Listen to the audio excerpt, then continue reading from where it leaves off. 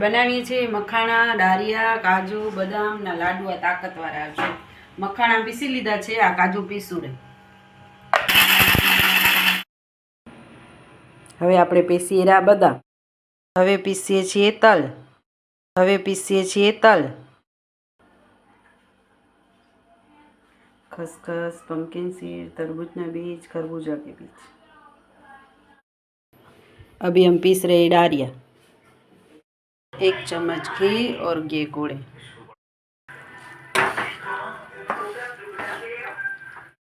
आ पाक થઈ ગયો.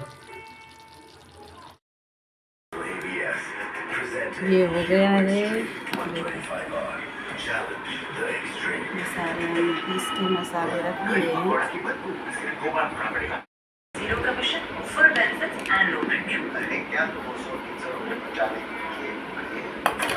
कार इंश्योरेंस होने का तो देखो चेक कर लेना.